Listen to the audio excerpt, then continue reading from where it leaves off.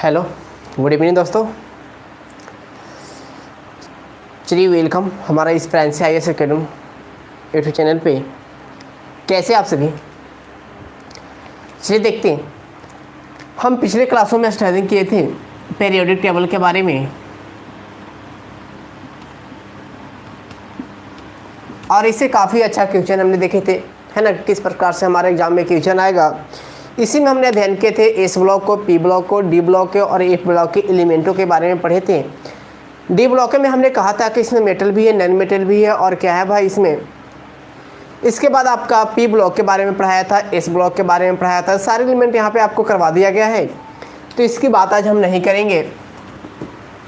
इसके बाद हम आज बात करेंगे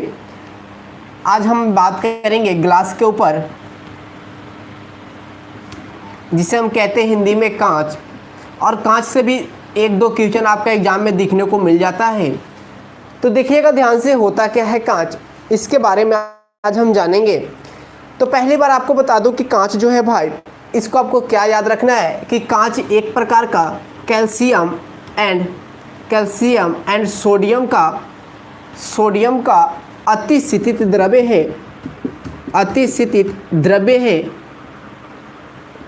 है। आपको बता देना यहाँ पे कि कैल्शियम और सोडियम के अतिस्थितित द्रव्य को आपस में मिक्स कर इनके ऑक्साइडों के द्वारा काफ़ी उच्च तापमान पर गर्म करके कांच को बनाया जाता है। जिससे हम बात करेंगे कि इसको बनाने के लिए जो रॉ मटेरियल होती है वो होती है कैल्शियम ऑक्साइड, है ना, कैल्शियम ऑक्साइड। इसके बाद इसमें हम यूज करते हैं सोडियम ऑक्साइड, और इसमें हम यूज करते हैं सिलिकॉन ऑक्साइड को एंड सिलिकॉन ऑक्साइड के मिश्रण के सिलिकेट का यूज किया जाता है। सिलिकेट का यूज करते हैं इसको हम बनाने में। तो यदि आपसे कहेगा कि बताओ भाई, ये जो आपका क्लास है इसको बनाने में कौन कौन सी रॉ मटेरियल इस्तेमाल की जाती है, तो आपको बताना है calcium oxide, sodium oxide, silicon oxide के मिश्रण के सिलिकेट का मिश्रण होता है क्या, कांच। जैसे हम बात करेंगे अपने यहाँ पे ऐसे ग्लास की, आपको बता दूं कि कोई जनरल फार्मूला, इसका किसी प्रकार की कोई केमिकल फार्मूला एंड स्ट्रक्चर इसके पास नहीं होता है। यदि आपसे कोई कहेगा कि बताओ भाई कांच की रासायनिक सूत्र क्या होता है, तो यहाँ पे आप नहीं बता सकते हैं, क्योंकि इसका केमिकल फार्मूला ऐसे नहीं होते हैं। इसके बाद इसकी संरचना कैसा होता है ये भी आप नहीं डिफाइन कर पाइएगा, क्योंकि कांच को जिस प्रकार के बर्तनों में आप ढालने को चाहिएगा, साँचा में ढालने को चाहिएगा, उसी प्रकार की ये साँचा में ढल जाता है। इसकी कोई फिक्स स्ट्रक्चर नहीं होता है। ऐसे आप इसका जनरल फार्मूला बता सकते हैं, और क्या बता सकते हैं जनरल फार्मूला में भाई, तो आप बता सकते हो general formula Na2O CaO 6SiO2, ये होती है इसका general formula. Na2O CaO 6Si2 एक ग्लास का जनरल फार्मूला के तौर पे इसे हम जानते हैं। इसके बाद आपको बता दूं कि यहाँ पे देखिएगा ध्यान से,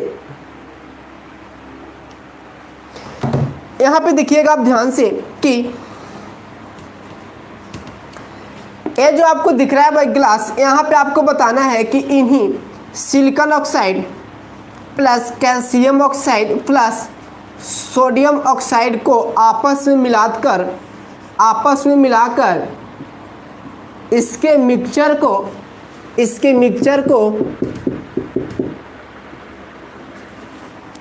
मिक्सचर को क्या करते हैं भाई, आपस में गर्म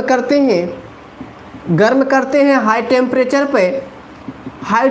पे। जब हम गर्म करते हैं भाई, तो क्या होता है, यहाँ पे हाई टेम्परेचर पे गर्म करते हैं, तो ये क्या होता है भाई, इसके बाद यह द्रव्य के रूप में परिवर्तित हो जाता है। और जब इसी द्रव्य को यहाँ पे मैं दिखा दूँ आपको कि जब इसी द्रव्य को, इसी लिक्विड को किसी बर्तन के अंदर रख करके, किसी बर्तन में रख करके और फिर उसे धीरे धीरे ठंडा कर लिया जाता है, उसे धीरे धीरे ठंडा कर लिया जाता है। और इस प्रकार आप जिस प्रकार के ग्लास का शेप देना चाहोगे वैसा आपका क्या मिल जाता है, यहाँ पे शेप मिल जाएगा, है ना। तो आपको यहाँ पे क्या बताना है कि ग्लास के बनाने में हमने किसका किसका यूज किया, सिलिकॉन ऑक्साइड का, कैल्शियम ऑक्साइड का, सोडियम ऑक्साइड के मिक्सचर को हाई टेम्परेचर पे गर्म करते हैं और गर्म करने के बाद क्या करते हैं भाई, वह द्रव्य के रूप में आते हैं। तो उसे आप उस लिक्विड को बर्तन में डाल करके धीरे धीरे ठंडा कर देते हैं और फिर आपका मिश्रण क्या होती है, एक कांच का रूप ले लेता है, ठीक है। तो ये थी आपकी कांच। इसके बाद आपको क्या बता दूं, तो इसके बाद आपको कांच के बारे में और क्या जानना है, तो देखिएगा ध्यान से। कांच से और क्या पूछेगा, जैसा आपने देखा होगा कांच का अलग अलग कलर होता है। काफ़ी कांच आपका रेड कलर का, कोई ग्रीन कलर का, होटल रेस्टोरेंट या हॉस्पिटल इत्यादि में अलग अलग डिफरेंट कलर की कांचों का यूज किया जाता है। तो उसका निर्माण हम कैसे करते हैं, जैसे देखिएगा, पहले तो आपको बता दूं कि कलर ग्लास बनाने के लिए मेटल के ऑक्साइड का यूज करते हैं। आपसे पूछेगा कि बताओ भाई ग्लास के, या फिर कहेगा कि रंगीन कांच को बनाने के लिए किस प्रकार के ऑक्साइड का यूज करते हैं, तो आपको क्या बताना है, मेटल के ऑक्साइड को यहाँ पे हम यूज करते हैं। इसके बाद देखिए ध्यान से, आपको क्या बता देना है, इसके बाद आपको यहाँ पे बताना है कि कांच के ऊपर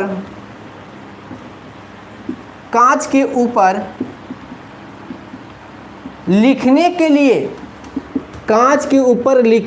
लिए जैसे आपने किसी कांच पर देखा होगा कि परमानेंट लिखा हुआ आता है, वो इरेज नहीं होता है ना, कर भी सकते हो उसे रगड़कर। कांच के ऊपर लिखने के लिए हाइड्रोफ्लोरिक एसिड का यूज करते हैं। हाइड्रोफ्लोरिक एसिड का यूज किया जाता है। तो यदि आपसे कहेगा कि बताओ भाई कांच पर लिखने के लिए किस अम्ल का उपयोग करते हैं, तो क्या बताना है, हाइड्रोफ्लोरिक एसिड का यूज करते हैं यहाँ पे हम। इसके बाद देखिए ध्यान से आप, इसके बाद आपको बताना है कि ये जो ग्लास है भाई, इसका सबसे पहला निर्माण मिस्र में किया गया था। मिस्र एक देश है जहाँ पे सबसे पहली बार कांच का निर्माण किया गया था। तो ये भी आपको याद रखना है कि सबसे पहली बार कांच का निर्माण कहाँ किया गया था, तो आपको क्या याद रखना है भाई, कि मिस्र में किया गया था। इसके बाद देखिए ध्यान से, इसके बाद आपको क्या बताना है यहाँ पे, तो आपको यहाँ पे बता देना है भाई कि ये जो आपको दिख रहा है, देव मोमल जी, क्या क्लास आप, मैंने समझा नहीं आपका कमेंट।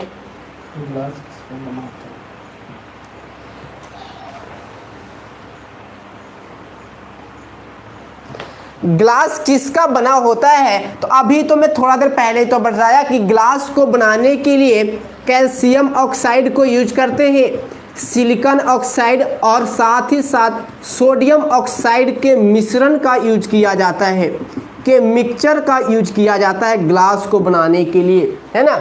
इन्हीं कंपोनेंटों के द्वारा क्या बनाई जाती है, ये रॉ मटेरियल है किसका भाई, ग्लास का। इसके बाद देखिए ध्यान से, इसके बाद आपको क्या बताना है, जैसे मैंने एक ऊपर में पॉइंट लिख रखा हूं यहाँ पे कि कलर मेटल ग्लास बनाने के लिए, कलर वाला ग्लास बनाने के लिए हम क्या करते हैं भाई, मेटल के ऑक्साइड को इस्तेमाल करते हैं। तो यदि आपसे कहा जाएगा कि बताओ भाई हमें, जैसे हमने Cr2O3, इसे कहा जाता है क्रोमियम ऑक्साइड, और जब Cr2O3 क्रोमियम ऑक्साइड को हम यदि उन्हीं ग्लास के मिक्सचरों में और भी मिक्स कर दे, अलग से मिक्स कर दे, तो ग्लास का कलर ही कुछ चेंज हो जाएगा। और जो वो कलर होगा, वो कलर कैसा होगा भाई, तो वह ग्रीन ग्लास का निर्माण होगा। कैसा होगा, ग्रीन कलर का ग्लास का निर्माण होगा यहाँ पे। इसके बाद आपको पूछ दिया जाएगा कि बताओ भाई, जैसे मैंने कहा कि यहाँ पे आपने आयरन, ऑक्साइड का यूज कर लिया, तो बताओ भाई कि जब आयरन ऑक्साइड का यूज कर लिया तो किस प्रकार का ग्लास बनेगा, तो फिर बता देना है कि यहाँ पे ब्राउन ग्लास का निर्माण होगा। किस प्रकार का निर्माण होगा, ब्राउन ग्लास का निर्माण होगा। जैसे हमने कह दिया कि इसी मैग्नीशियम ऑक्साइड का यूज कर लिया, मैग्नीशियम ऑक्साइड का यूज कर लिया, तो मैग्नीशियम ऑक्साइड के फिर यूज करोगे ना तो फिर आपका पर्पल रेड कलर का ग्लास बनेगा।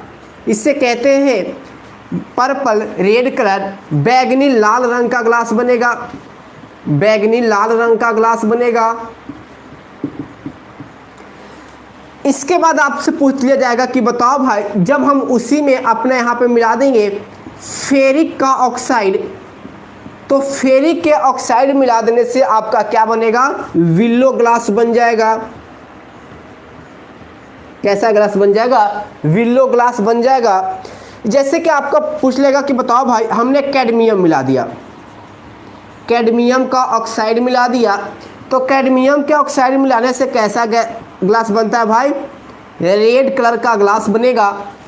तो इस प्रकार आपके क्या थे, मेटल के ऑक्साइड थे जिनके मिलाने पर अलग अलग प्रकार की कलर निर्माण हो रहा था यहाँ पे किसका, ग्लास का। तो इन्हीं में से आपसे पूछ ली जाती है। जैसे आपसे कहेगा कि बताओ भाई ग्रीन कलर के ग्लास बनाने में किस मेटल के ऑक्साइड को मिलाया जाता है, तो फिर आपको क्या कहना है, क्रोमियम ऑक्साइड का, यहाँ पे क्रोमियम ऑक्साइड का यूज करते हैं। इसके बाद देखिए ध्यान से, इसके बाद आपसे पूछ लेगा, इसे इरेज करता हूं मैं, फेरिक ऑक्साइड और आयरन ऑक्साइड में अंतर नहीं, आयरन लोहा ही है मगर इसके अलग से कंपाउंड जैसे Fe2 और Fe3 ये सभी अलग अलग बनते हैं, तो इनके अलग ऑक्साइड बन जाता है, तो उसी का फेरस या फेरिक अलग अलग नाम दे दी जाती है ना। आपने सुना होगा कि Fe2 फेरस हो गया और Fe3 फेरिक हो गया, ठीक है। तो ये अलग अलग नाम होते हैं जो कि इनका ऑक्साइड है, ठीक है। चलिए देखिए ध्यान से, एक दो और कलर है आपका, जैसे आपको ब्लू कलर का ग्लास चाहिए, तो फिर आप क्या मिला दोगे, कोबाल्ट का ऑक्साइड मिला दोगे, और कोबाल्ट का ऑक्साइड मिलाओगे तो कैसा ग्लास बनेगा, ब्लू ग्लास बनेगा, ठीक है, ब्लू ग्लास बन जाएगा। इसी प्रकार आप यदि मिला दिए सिलेनियम का ऑक्साइड,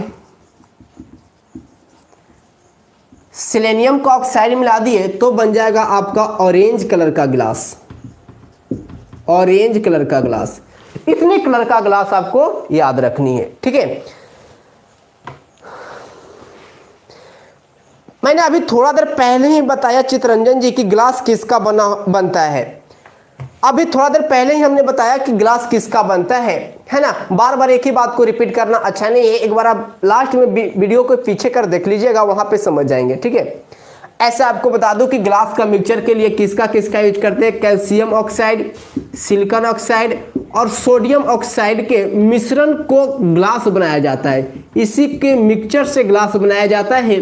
हाई टेम्परेचर पे गर्म करके इसे लिक्विड फॉर्म में लाया जाता है। इसके बाद इसे किसी सांचे के अंदर रख करके धीरे धीरे इसे कूलिंग दे करके ठंडा किया जाता है और वो ग्लास उस सांचे के जैसा क्या होता है, बिल्कुल ढल जाता है। तो आपको जिस प्रकार की ग्लास चाहिए उस प्रकार के सांचे में आप उसे ढाल सकते हो, है ना। तो ये है इनके लिए रॉ मटेरियल, ठीक है। इनका जनरल फार्मूला क्या होता है ये बात भी हमने पीछे क्लास में बता दिया, ठीक है। कोई बात नहीं, आप लेट हो गए इसके लिए कोई बात नहीं, कोई दिक्कत नहीं। चलिए आइए आगे हम समझ लेते हैं। याद रखिएगा इससे काफी ज्यादा क्वेश्चन बनता है आपके एग्जामों में जी, है ना। ग्लास से काफी ज्यादा के इंपॉर्टेंट क्वेश्चन बन जाता है। आगे हम बात कर लेंगे टाइप ऑफ ग्लास की, कि ग्लास कितने प्रकार के होते हैं, ठीक है। तो देखिएगा ध्यान से, टाइप ऑफ ग्लास में यहां पे आपको बता दूं, पहला आपको याद रखना है सोडा ग्लास, हिंदी में कहते हैं इसे सोडा कांच, हिंदी में कहते हैं इसे सोडा कांच। और सोडा कांच का यूज कहां कहां हम करते हैं उसको समझिएगा ध्यान से। इसका यूज हम करते हैं ट्यूबलाइट में, ट्यूबलाइट के अंदर करते हैं यूज किसका, सोडा कांच का यूज कर लेंगे। इसके बाद बोतल बनाने में इसका यूज कर लेते हैं हम। आप जो कोल्ड ड्रिंक इत्यादि के जो बोतलें देखते हैं ना कांच का, उस बोतल में या घर की कुछ अलग से जैसे दवाइयाँ का कोई मेडिसिन का बोतल हो गया, उस बोतल को भी बनाने में कौन सा इस्तेमाल कांच होता है? सोडा कांच का इस्तेमाल होता है। इसके बाद इसका यूज हम कर लेते हैं यहाँ पे अपना घरेलू उपयोग में आने वाले बर्तन बनाने में, बर्तन बनाने में जो घर पे आप ग्लास यूज करते हो या फिर किसी प्रकार की प्लेट यूज करते हो जो कांच का बना होता है, वो किस प्रकार की कांच होता है? आपका सोडा कांच होता है। और इसी का यूज कर लेते हैं अपना खिड़की के कांच बनाने में, जो आप देखते हो किसी रेस्टोरेंट या फिर होटल या फिर कभी मेडिकल क्षेत्रों में गए होंगे या फिर कहीं और जगह पे गए होंगे तो वहाँ पे देखे होंगे ग्लास का खिड़की लगा हुआ रहता है। वो खिड़की भी किसका बना हुआ रहता है? तो यही सोडा कांच का बना हुआ रहता है। ठीक है, इसके बाद देखिए ध्यान से, इसके बाद आपको दूसरा नंबर के कांच में क्या बताना है भाई? दूसरा नंबर के कांच में बताना है फ्लिंट कांच। और फ्लिंट कांच से क्या बना हुआ रहता है? तो यहाँ पे समझिएगा ध्यान से, इसका यूज हम करते हैं इलेक्ट्रिक बल्ब बनाने में, विद्युत बल्ब बनाने में इसका यूज करते हैं। जैसे आपके घरों पे जो पहले 10 या 12 का जो बल्ब आता था ना, वो बल्ब किसका बना हुआ रहता था? इसी फ्लिंट कांच का बना हुआ रहता था, है ना। इसके बाद हम इसका यूज और कहाँ पे कर लेंगे भाई? तो इसको समझिएगा ध्यान से, इसका यूज हम कर लेंगे यहाँ पे कैमरा बनाने में, कैमरा की कांच बनाने में। जो कैमरा वाली कांच होता है ना, आगे की ओर लगा हुआ रहता है, वो भी फ्लिंट कांच का ही बना रहता है। और दूरबीन में जो कांच लगाई जाती है ना, वो भी कांच किसका होता है? इसी फ्लिंट का कांच होता है। ठीक है, तो इतना आपको याद रखना है। दूरबीन के कांच बनाने में और कैमरा का और इलेक्ट्रिक बल्ब के कांच बनाने में किसका यूज करेंगे? फ्लिंट कांच का यूज करेंगे। इसके बाद देखिए, इसके बाद आपको अगला कौन सा ग्लास के बारे में बताना है?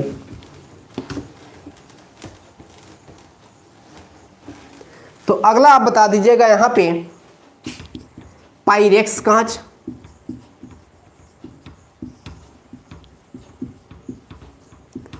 तो पाइरेक्स कांच का हम यूज कहाँ पे कर लेंगे भाई? तो आपको बता दूं कि इसका यूज करते हैं हम थर्मामीटर बनाने में, जो जिससे आप क्या बुखार नापते हैं ना, है ना। वो बुखार के नापने वाला जो थर्मामीटर का शीशी होता है, वो किसका बना हुआ रहता है? इसी पाइरेक्स कांच का होता है।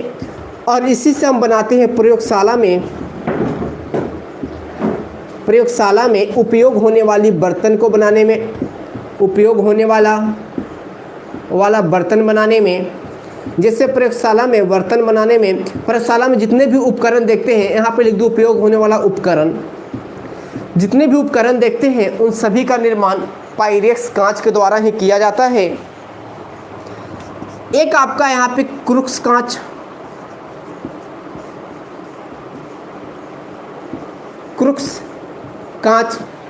तो क्रूक्स कांच के बारे में आपको क्या बता देना है? लैब में करते हैं देवमोमल जी, बिल्कुल लैब में करते हैं इसका यूज। क्रूक्स कांच के बारे में आपको बताना है कि इसका यूज हम करते हैं चश्मा बनाने में, चश्मा के लेंस बनाने में इसका यूज हम करते हैं, चश्मा के लेंस बनाने में। जबकि एक होता है आपके पास प्रकाशीय कांच,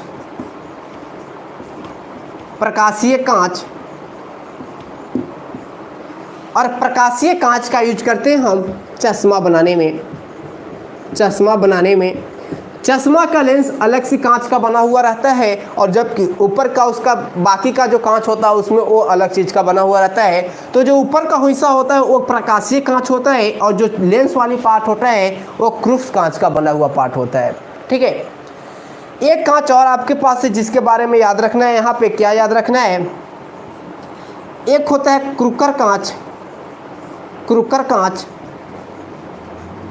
और क्रूकर कांच का इस्तेमाल हम करते हैं धूप से बचने वाली धूप वाला चश्मा बनाने में।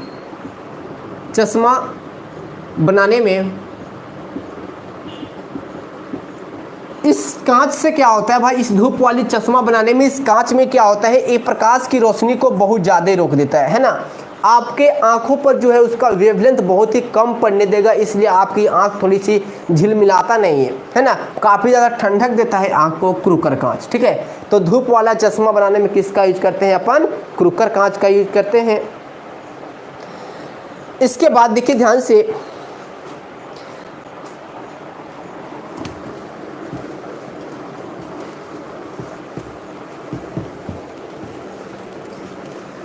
ये थी आपकी कांच। इससे कितने प्रकार का क्वेश्चन यहाँ पे बनता है, एक बार रिवीजन कर दूं मैं आपको कि क्या क्या यहाँ पे आपने पढ़ा।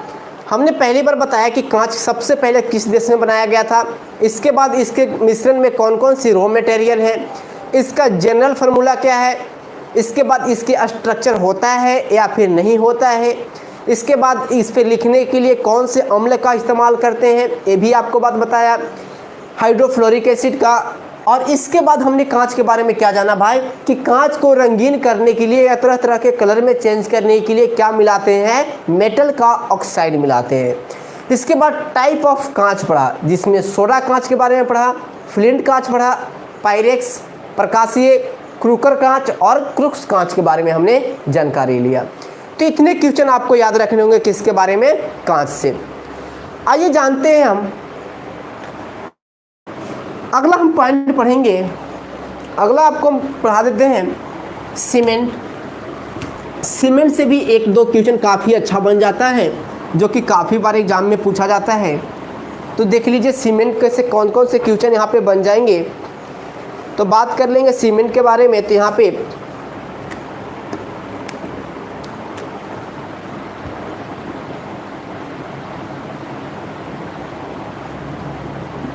सीमेंट,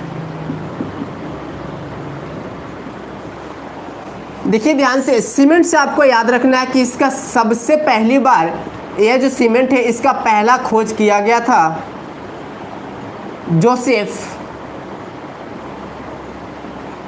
जोसेफ एस्पिडिन के द्वारा। जोसेफ एस्पिडिन के द्वारा इसका सबसे पहले 1828 ईस्वी में बनाया गया था सीमेंट को। और यहाँ पे आपको बता दूं कि इनके द्वारा 1828 में बनाया गया पहला सीमेंट का नाम दिया गया था पोर्टलैंड सीमेंट। पहला सीमेंट का नाम दिया गया था पोर्टलैंड सीमेंट। और यही दो क्वेश्चन सीमेंट से सबसे ज़्यादा मात्रा में पूछता है कि बताओ भाई सबसे पहला सीमेंट किसके द्वारा बनाया गया था। तो जोसेफ एस्पिडिन के द्वारा बनाया गया। कब बनाया गया, 1828 में बनाया गया। और पहला सीमेंट बनाया गया जिसका नाम क्या था भाई, तो आपको बताना है कि सीमेंट का नाम था पोर्टलैंड सीमेंट। क्या नाम था, पोर्टलैंड सीमेंट। इसके बाद इसके लिए आपसे पूछ लेगा कि बताओ भाई सीमेंट बनाने के लिए इसके लिए कौन कौन सी रॉ मटेरियल यूज की जाती है, सीमेंट बनाने में कौन कौन सी सामग्री का इस्तेमाल किया जाता है, तो फिर आपको यहाँ पे बताना होगा। तो पहला चीज़ आपको यहाँ पे बता देना है क्या भाई, कि पहला चीज़ आपको बता देना है कि इसके लिए जिप्सम का हम यूज करते हैं। किसका यूज करते हैं सीमेंट बनाने में, जिप्सम का यूज करेंगे, जिसका संकेत होता है CuSO4 × 2H2O। इसके बाद साथ ही साथ यूज कर लेते हैं अपने यहाँ पे ग्लेसलैंड का, चिकनी मिट्टी का यूज कर लेते हैं, चिकनी मिट्टी का यूज किया जाता है। और साथ ही साथ यूज की जाती है लाइमस्टोन का चूना पत्थर का यूज किया जाता है, जिसे हम CaCO3 के नाम से जानते हैं। तो ये थी सीमेंट बनाने के लिए रॉ मटेरियल। कौन कौन से, जिप्सम है ना, ग्लेसलैंड था चिकनी मिट्टी, और लाइमस्टोन था चूना पत्थर, CaCO3। एक किसके लिए इस्तेमाल हम करते हैं भाई, तो ये इस्तेमाल हम करते हैं सीमेंट को बनाने के लिए।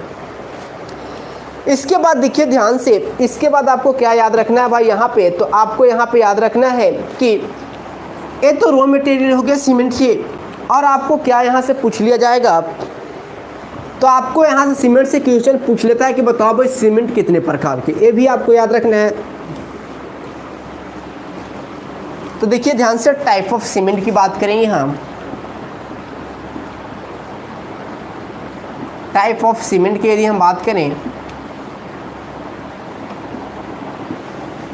तो यहाँ पे आपको पहला बता देना है, पहला टाइप में जो होता है वो होता है मोर्टर सीमेंट, जिसे हम कहते हैं यहाँ पे मसाला सीमेंट कहते हैं। और मसाला सीमेंट क्या होता है भाई, इसको समझिएगा। तो हमने कहा कि सीमेंट में यदि आप मिला दो सैंड को, बालू मिला दो और मिला दो पानी, तो जो सीमेंट बनेगा और कौन सा सीमेंट होगा, तो होता है मोर्टर सीमेंट के नाम से जाना जाता है, मसाला सीमेंट के नाम से हम जानते हैं। मोमल जी, जिप्सम का कितना, क्या आप पूछना चाहते हैं, जिप्सम का कितना होता है?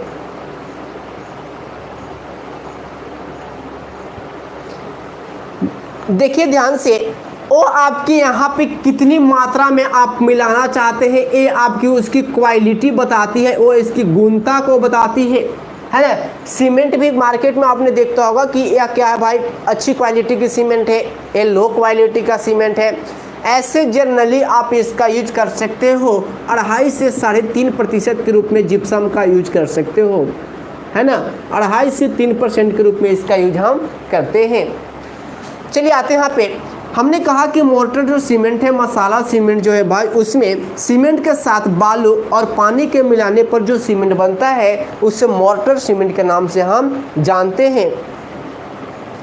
इसके बाद देखिए ध्यान से, इसके बाद अगला सीमेंट आपको कौन सी है, अगला सीमेंट का आपको नाम बताना है, कंक्रीट सीमेंट। और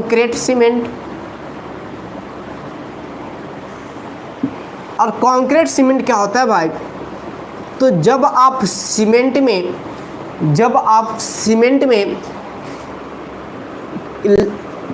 स्टोन को मिला देते हो, जब पत्थर को मिला देते हो और इसके साथ जब पानी को मिला देते हो, तब जाकर जो आपका सीमेंट बनता है ना, उस सीमेंट को हम नाम देते हैं कंक्रीट सीमेंट, है ना।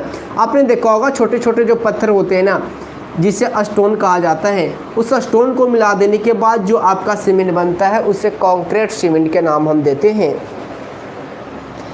इसके बाद देखिए ध्यान से, तीसरा प्रकार का जो सीमेंट है यहाँ पे वो बतानी है आपका रेनफोर्सेड कंक्रीट सीमेंट। रेनफोर्सेड कंक्रीट सीमेंट है। और रेनफोर्सेड कंक्रीट सीमेंट के बारे में आपको क्या याद रखना है भाई, कि जब हम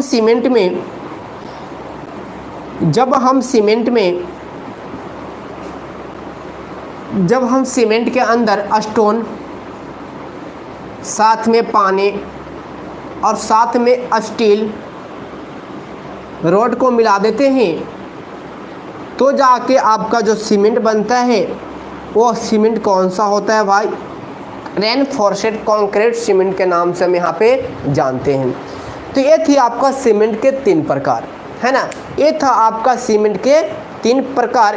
तो यहाँ से आप सीमेंट के बारे में इतना याद रख सकते हो, ठीक है। तो ये थी आपकी सीमेंट, तो इतना पॉइंट आप सीमेंट से याद रखिएगा। चलिए आगे देखते हैं कुछ और क्वेश्चन।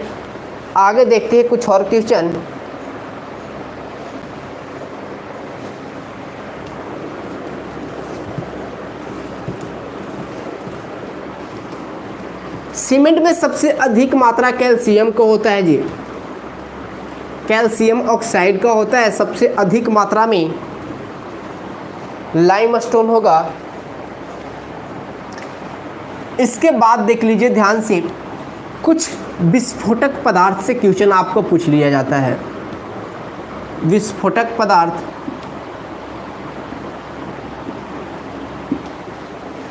चलिए जो लोग जानते होंगे वो भी और जो नहीं जानते होंगे वो भी। तो इससे आपको बता दूं विस्फोटक पदार्थों से क्या क्या जानना है। पहले तो आप याद रखना किसके बारे में, TNT के बारे में। तो TNT से आपको क्वेश्चन क्या याद रखना है कि TNT का पहले पूरा नाम होता है ट्राई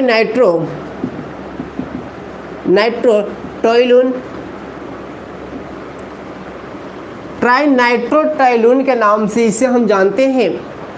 और इस TNT को एक और क्वेश्चन बन जाता है यहाँ से कि इसे कहा जाता है नोबेल तेल के नाम से जानते हैं। नोबेल तेल के नाम से इसे हम जानते हैं। TNT को ट्राई नाइट्रोटाइलून को कहा जाता है नोबेल तेल। और इसी नोबेल तेल से क्वेश्चन बन जाता है कि TNT का यूज हम कहाँ पे करते हैं। तो TNT का हम यूज करते हैं डायनामाइट बनाने में। डायनामाइट बनाने में इसका हम यूज कर लेंगे। और इस डायनामाइट से क्वेश्चन बनेगा कि डायनामाइट की सबसे पहली बार खोज किसके द्वारा किया गया था या किसके द्वारा। तो डायनामाइट का खोज किया गया था अल्फ्रेड नोबेल के द्वारा किया गया। तो आपको यहाँ से 3 क्वेश्चन याद रखने हैं। अल्फ्रेड के द्वारा, बिल्कुल पिंटू जी, अल्फ्रेड के द्वारा किया गया था। पिंटू जी ये विस्फोटक पदार्थ ही है, ये नाम ही है विस्फोटक पदार्थ, तो इसका यूज ही कर लेंगे एक्सप्लोजी में। एक्सप्लोजी में इसका यूज ही करते हैं हम, विस्फोटक में इसका यूज ही करते हैं, है ना।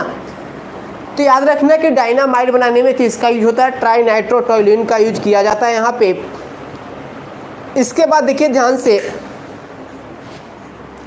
एक आपको यहाँ पे याद रखना TNP होता है, एक होता है आपका यहाँ पे TNP जिससे कहा जाता है ट्राई नाइट्रोफिनॉल। इसे कहा जाता है ट्राई नाइट्रोफिनॉल। और ट्राई नाइट्रोफिनॉल को एक और नाम दी जाती है जिसे कहा जाता है पिक्रिक एसिड।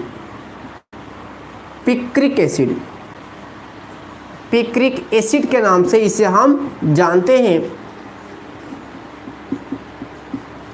तो यहाँ पर एक क्वेश्चन और याद रखना कि पिक्रिक एसिड के नाम से किसे जानते हैं। इसके बाद आपको याद रखना RDX के बारे में। किसके बारे में याद रखना है, RDX के बारे में याद रखना है।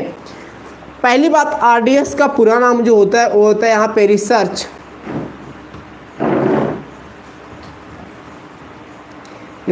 Development and explosive.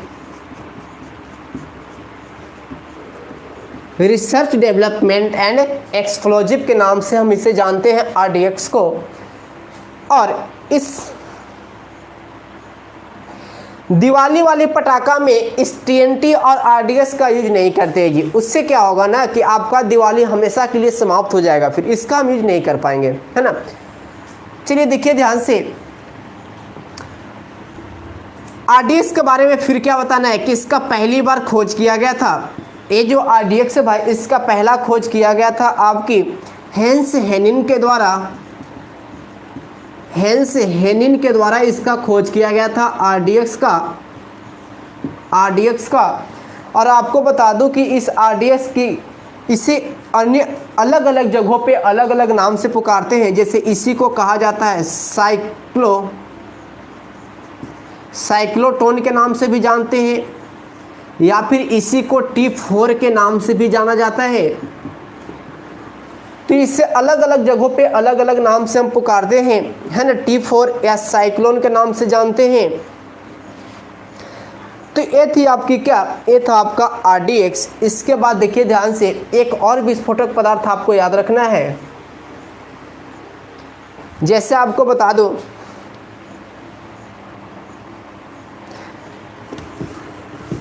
Gun powder, ये भी आपका एक विस्फोटक पदार्थ है।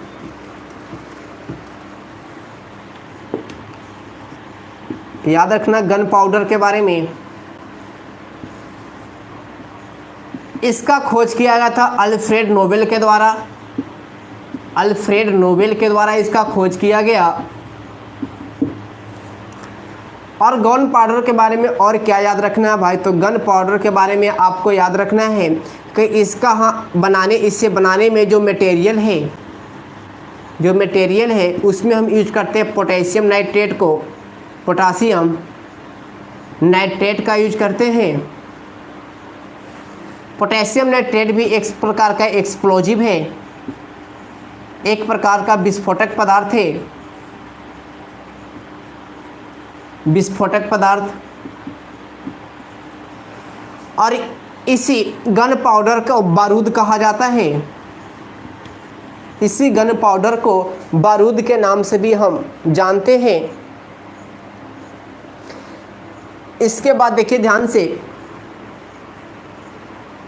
गन पाउडर का जो पहला बार इस्तेमाल किया था ना, वो किया गया था रोजर बैंकन के द्वारा। ये भी याद रखना, रोजर बैंकन के द्वारा। तो इतनी क्वेश्चन आपको यहां से याद रखना है।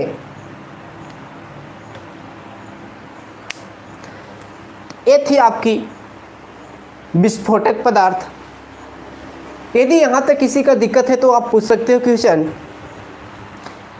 यहां तक में किसी का दिक्कत है तो आप क्वेश्चन कर सकते हैं। रोजर बैंकन 1346 में इसका यूज किया था।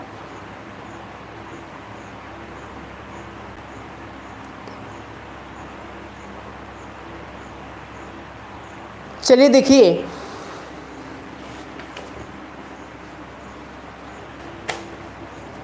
कुछ कंपोनेंट का आपको नाम बता दूं जो अक्सर एग्जाम में पूछा जाता है, जैसे जिसका डायरेक्ट फार्मूला आपसे पूछा जाएगा।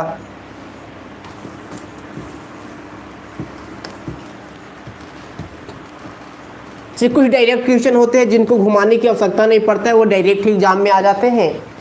जैसे देखिए यहाँ पे, जैसे आपसे कह देगा कि बताओ भाई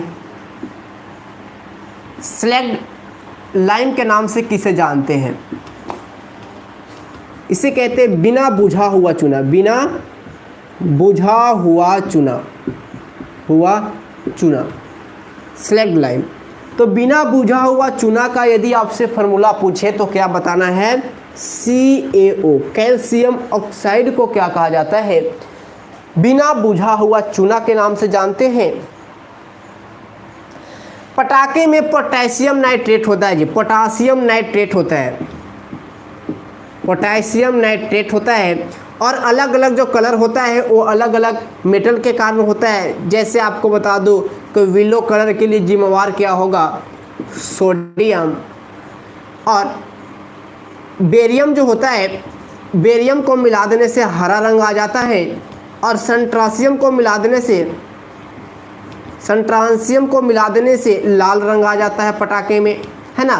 तो ये होती है उनके लिए मटेरियल। बाकी ऐसे में आप यूज कर सकते हो, बालू का यूज कर लेते हैं, इसके बाद ग्लास का यूज कर लेते हैं। ये सब छोटे मोटे जो मटेरियल इसमें यूज किया जाता है आपका। इसके बाद देखिए ध्यान से,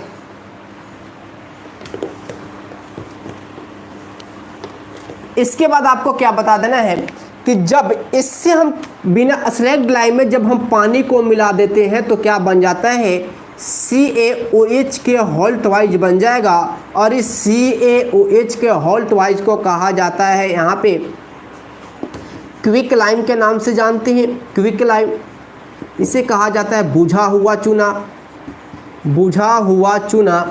और एक बहुत ही इम्पोर्टेंट बात आपको बता दो कि इसी बुझा हुआ चूना को कहा जाता है घरेलू चूना या फिर खाने योग्य चूना, है ना, या फिर खाने योग्य चूना, खाने योग्य चूना। जो आप दुकानों पे देखते हैं, जो किराना दुकानों पे बिकता है खाने योग्य चूना, और कौन सा होता है? क्विक लाइम होता है। ठीक है, बिल्कुल पिंटू बुझा हुआ चूना है। इसके बाद देखिए ध्यान से, इसके बाद आपको याद रखना है, एक क्वेश्चन आपसे कहा जाता है कि बताओ भाई सोरा की फार्मूला बताइए, सोरा का केमिकल नेम क्या होता है? तो KNO3, potassium nitrate, potassium nitrate. कोई एक और नाम दी जाती है जिसे हम कहते हैं सोरा, है ना। पोटेशियम नाइट्रेट को कहा जाता है सोरा। इसके बाद देखो, इसके बाद आपको बता दूं, लाफिंग गैस का फार्मूला डायरेक्ट पूछ लिया जाता है। लाफिंग गैस, तो लाफिंग गैस के फार्मूला क्या बताना है भाई? N2O। ये लाफिंग गैस का डायरेक्ट फार्मूला था। चलिए आप यहाँ पे बता दीजिए अपने अनुसार क्वेश्चन, म्यूरेटिक एसिड का फार्मूला क्या होता है? म्यूरेटिक अम्ल का फॉर्मूला। आप कमेंट कर बताइएगा कि म्यूरेटिक एसिड का फॉर्मूला क्या होता है। म्यूरेटिक एसिड का फॉर्मूला क्या होता है, आप कमेंट कर बताइएगा म्यूरेटिक एसिड का फॉर्मूला क्या होता है।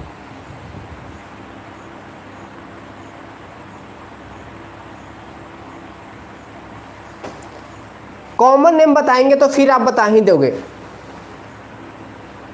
चलिए देखिए ध्यान से, म्यूरेटिक एसिड को कहा जाता है हाइड्रोक्लोरिक एसिड। तो आप यहाँ पे अब बता दे सकते हो कि HCl को ही कहा जाता है म्यूरेटिक एसिड। और एक बार क्वेश्चन पूछ लिया था कि निम्न में से कौन म्यूरेटिक एसिड को रिप्रेजेंट करता है, तो फिर आपको क्या बताना था, HCl को बताना था।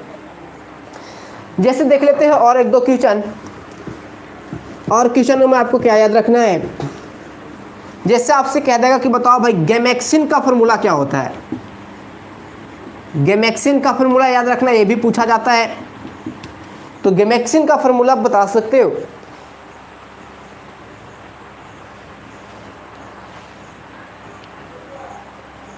देखिए ध्यान से, सोरा का यूज क्या है। तो सोरा का यूज जो है कुंदन गुप्ता जी, इसे KNO3 के नाम से जाना जाता है। और अभी तुरंत जस्ट में इससे पहले बताया कि इसे कहा जाता है पोटासियम नाइट्रेट। और पोटेशियम नाइट्रेट का यूज करते हैं हम एक्सप्लोजिव बनाने में, एक्सप्लोजिव विस्फोटक बनाने में यूज करते हैं। एक सोरा पीने वाला होता है, वो सोरा नहीं है कुंदन गुप्ता जी, ठीक है। ये है विस्फोटक पदार्थ बनाने में इसका यूज करते हैं हम सोरा का, है ना। चलिए देखिए, तो गैमेक्सिन का जो फॉर्मूला होता है ना, तो गैमेक्सिन का फॉर्मूला कोई बता सकते हो क्या। चलिए मैं यही बताता हूँ। गैमेक्सिन का फॉर्मूला होता है C6H6Cl6। एक इसका फॉर्मूला है, गैमेक्सिन का है। और इसी में जब हम C6H6 और इसके बाद कर देंगे ना, तो किसका हो जाएगा, Cl6 के हटा देने के बाद क्या आ जाती है। इसके बाद आपसे पूछ लिया जाएगा यहाँ पे, बताओ भाई, डायरेक्ट क्वेश्चन पूछा जाता है कि बताओ बोरेक्स का रासायनिक सूत्र क्या होता है, सुहागा का रासायनिक सूत्र क्या होता है।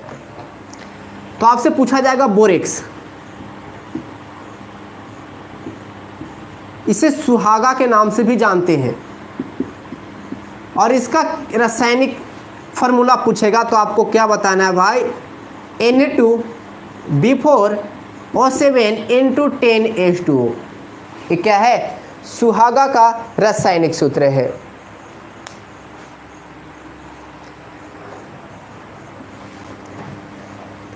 इसके बाद देखिए ध्यान से, Na2B4O7 10H2O, इसका किसका नाम है भाई, सुहागा, जिसे हम बोरेक्स कहते हैं। बिल्कुल मौसमी साजी बेंजीन है, वो बेंजीन ही है। इसके बाद एक आपको बता देना है अश्रु गैस, अश्रु गैस का फॉर्मूला, टीयर गैस जिसे कहते हैं हम, टीयर गैस। देखते हो ना, जब ट्रैफिक जाम में वहाँ पे क्या, जब काफ़ी ज़्यादा हड़ताल हो जाती है या फिर लोग दंगे प्रसाद होते हैं, तो वहाँ पे पुलिसों के द्वारा या ट्रैफिक पुलिस के द्वारा क्या की जाती है, अश्रु गैस को छोड़ दिया जाता है। तो अश्रु गैस का फॉर्मूला क्या होता है भाई, देखिएगा।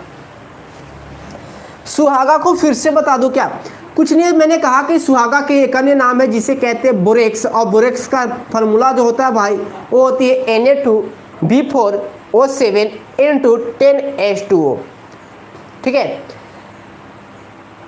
रेशमी जी समझ में आ गया। चलिए ठीक है, आगे देखिए, अश्रु गैस का जो फार्मूला बताना है वो आपको बताना है CCl3N2NO2, CCl3N2NO2 एक किसका फार्मूला है, ये आपका अश्रु गैस का फार्मूला है। इसी प्रकार से आपको पूछ लिया जाता है यहाँ पर भाई किसके बारे में, तो इसी प्रकार से आपको पूछ लिया जाएगा कि बताओ भाई,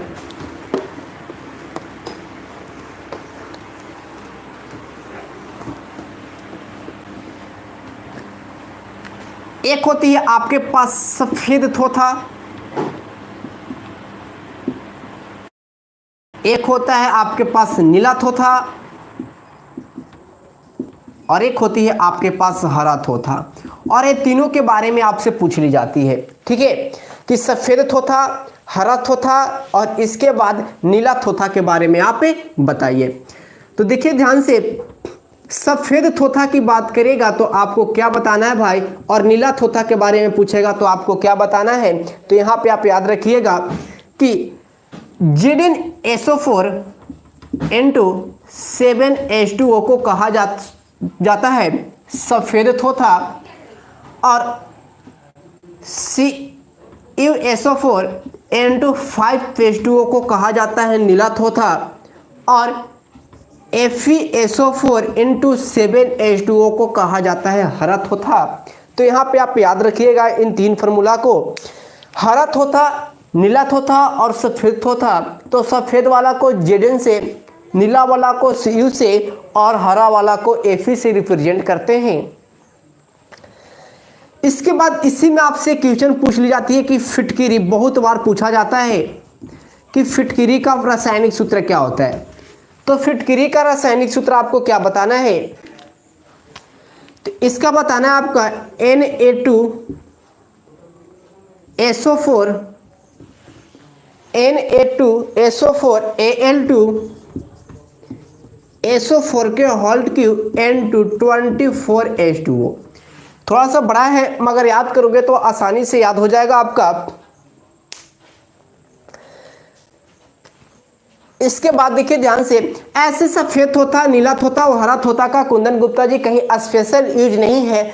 जिंक सल्फेट है, इसके बाद कॉपर सल्फेट है और फेरिक सल्फेट है। ये सभी के सभी घोल हैं, ये क्या है, सभी के सभी सॉल्यूशन ही, ये सभी का सभी सॉल्यूशन है। तो इनका यूज कर लेते हैं, जैसे जिंक सल्फेट है तो जिंक सल्फेट का यूज हम कहाँ पे कर लेंगे, जिंक वाले का सल्फेट का यूज कर लेंगे बैटरी इत्यादि में डालने के लिए, अपने भी यहाँ पे यूज करते हैं। ठीक है, तो उतना इसका विशेष यूज नहीं मायने रखता है।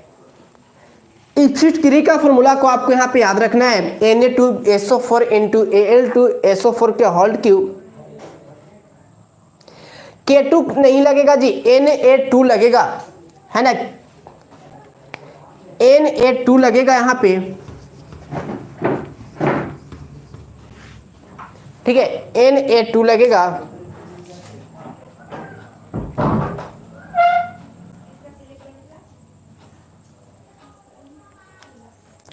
सॉरी फिटकिरी है ना, सॉरी मिस्टेक हो जाता है कभी कभी, K2 लगाइएगा। सही, आपका सही है, आप सही हैं, K2 सही है, K2SO4 Al2SO4 इंटू SO4 का होल्ड क्यूब इंटू 24H2O, कोई बात नहीं।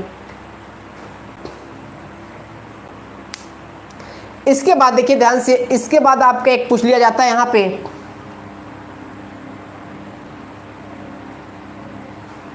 एक होती है, आप जब स्कूल में पढ़ते थे तो उस समय नाम लेते थे चौक, क्या नाम लेते थे, चौक, जिसे कहा जाता है खड़िया। अब इस चौक का रासायनिक फार्मूला बता दीजिए।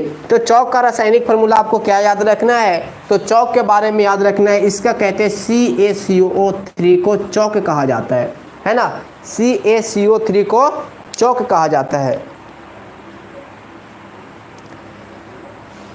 तो ये थी आपका कुछ इंपॉर्टेंट फार्मूला जिसे आप हमेशा याद रखना था। एक और याद बता दूं आपको, जैसे आपका याद रखना कि लाल दवा का फार्मूला बताइए, ये बहुत बार पूछा जा चुका है। रेड मेडिसिन, रेड मेडिसिन, तो रेड मेडिसिन का फार्मूला कौन कौन बता सकते हैं, आप कमेंट करके बताइए। एक बार कमेंट करके आप बताइए कि रेड मेडिसिन का फार्मूला क्या होता है, रेड मेडिसिन का फार्मूला क्या होगा।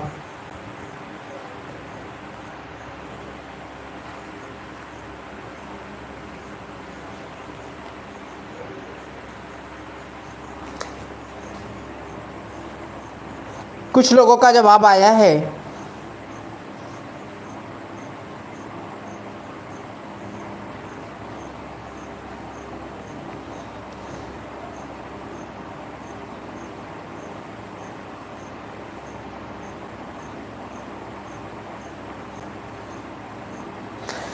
चलिए देखिए ध्यान से, रेड मेडिसिन का जो फार्मूला होता है KMNO4 होता है, इसे कहा जाता है पोटासियम।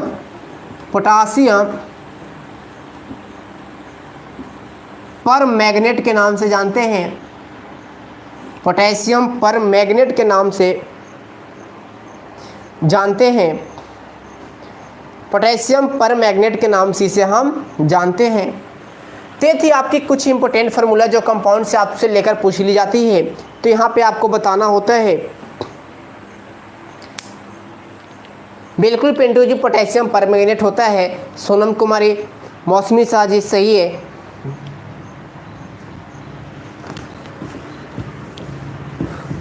तो आज की क्लासों में हमने काफ़ी कुछ डिस्कस किया।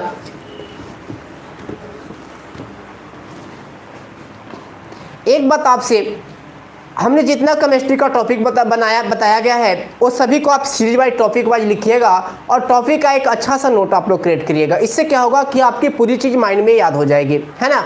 और टॉपिक में काफ़ी कुछ आपका केमिस्ट्री का टॉपिक करवा दिया गया है। कुछ टॉपिक आपका बच गया जो छोटे मोटे टॉपिक है ना, जिनसे एक दो क्वेश्चन आता है, नहीं भी आ सकता है, तो उन टॉपिक को क्लियर करवा दिया जाएगा। जैसे आपका बच गया यहाँ पे केमिकल बॉन्डिंग बच गया है, केमिकल बॉन्डिंग, और इसके बाद रिएक्शन को हम पढ़ लेंगे। और एक इम्पोर्टेंट आपका बच गया पॉलीमर, है ना, तो इनको हम देख लेंगे, है ना। तो इन्हीं चीज़ों के बारे में हमें पढ़ना है। और एक हमारे पास बच गया है एलो, मिश्र धातु भी हमारे पास बचे हुए हैं।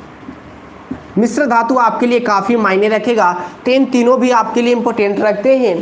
तो इन तीनों की क्लास हम कर लेंगे। कुंदन गुप्ता जी, जब हम मेटल पढ़ा रहे थे तो वहाँ पे पढ़ाया था सभी के कोर्स के बारे में। जितना भी हमने मेटल करवाया था सभी के आईएस के करवा दिए हैं। और जितने भी आईएस के करवाए गए हैं वो सारे आईएस के इम्पोर्टेंट है, उससे ज़्यादा आपका आईएस के नहीं पूछे जाते हैं, है ना। जब हम मेटल करा रहे थे तो वहाँ पर आपको बता दिया गया था।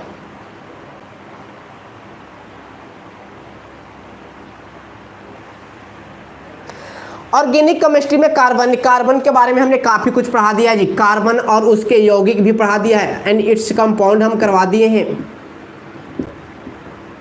है ना। बिल्कुल है, हमने कार्बन के बारे में और कार्बन के यौगिक के बारे में पढ़ा दिए हैं।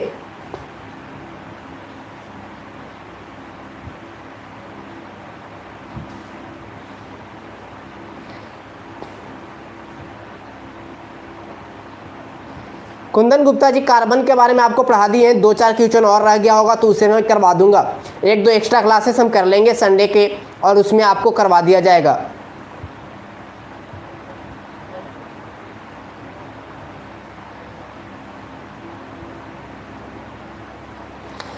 मीथेन इथेन को पढ़ा दिया गया है। मीथेन का यूज कहाँ पे है, इथेन कहाँ पे है, ये भी करवा दिया गया है। इसके बाद प्रोपेन, ब्यूटेन, ये सभी कुछ करवा दिया गया है ना। ये पढ़ा दिया गया है आपका जब हम फ्यूल पढ़ रहे थे ना।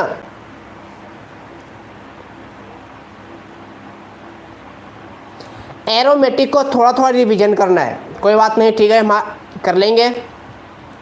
इसका रिवीजन भी हम कर लेंगे थोड़ा थोड़ा, बिल्कुल कर लेंगे। और किसी का यदि कोई प्रॉब्लम है तो आप हमेशा डिस्कस कर सकते हैं।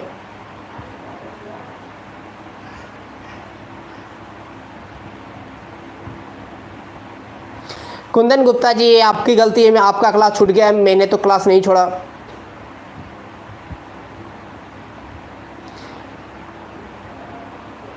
कोई बात नहीं, आप इस चैनल के प्लेलिस्ट में जाकर के वहाँ से सारे वीडियो को पढ़ सकते हैं। क्लास छूट गया तो ये सारे वीडियो अपलोड हो जाते हैं। बिल्कुल जी, बेंजीन सुन के आपका 11th क्लास याद आ गया।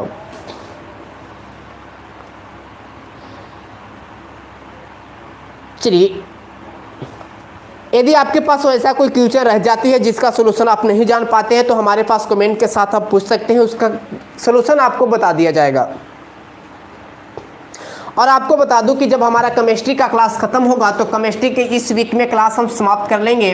और केमिस्ट्री का क्लास समाप्त करने के बाद हमारा जो अगला क्लास लगेगा वो बायोलॉजी की क्लास लगेगा। और बिल्कुल बायोलॉजी बेसिक से लेकर हाई लेवल तक और काफ़ी डीपली तरीक़ा से आपको बताऊँगा, है ना। किसी भी एग्जाम में बैठ जाना आप, जीपीएससी बीपीएससी किसी भी एग्जाम में बैठ जाना, एक क्वेश्चन भी मिस नहीं होने देंगे हम।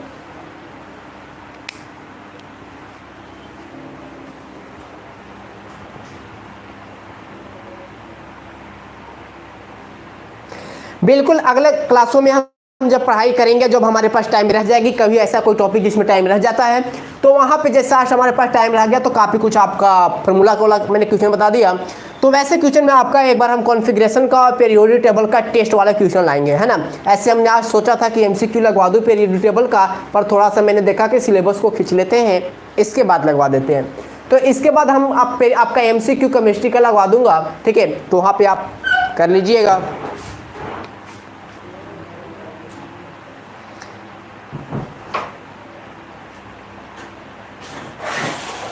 बिल्कुल मौसमी साहब का टॉपिक वाइज ले लिया जाएगा।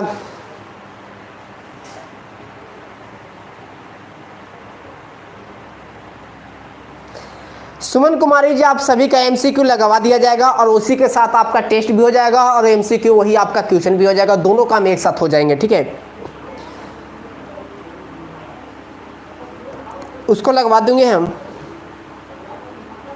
चलिए आज की क्लास यहीं पे हम समाप्त करते हैं। Thank you everyone.